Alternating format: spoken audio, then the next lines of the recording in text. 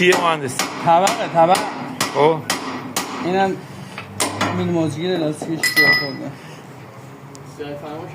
خیلی متشکرم.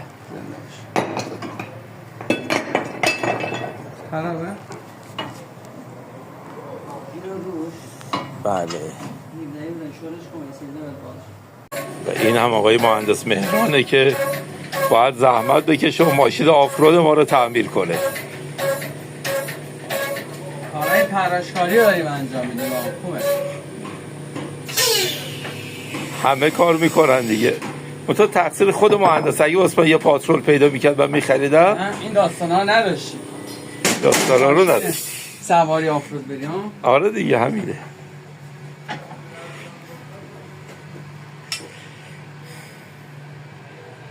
بله.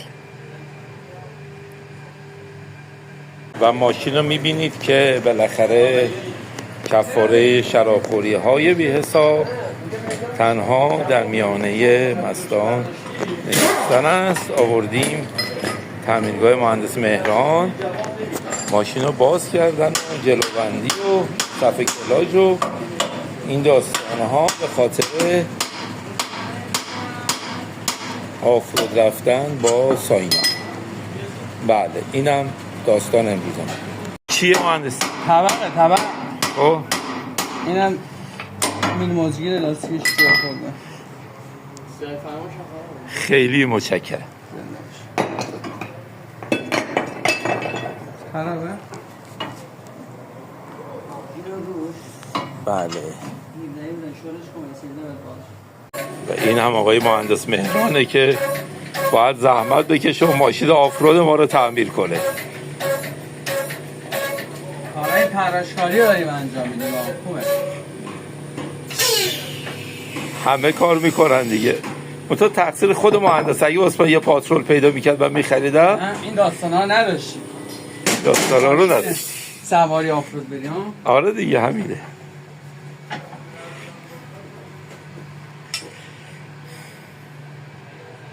بله.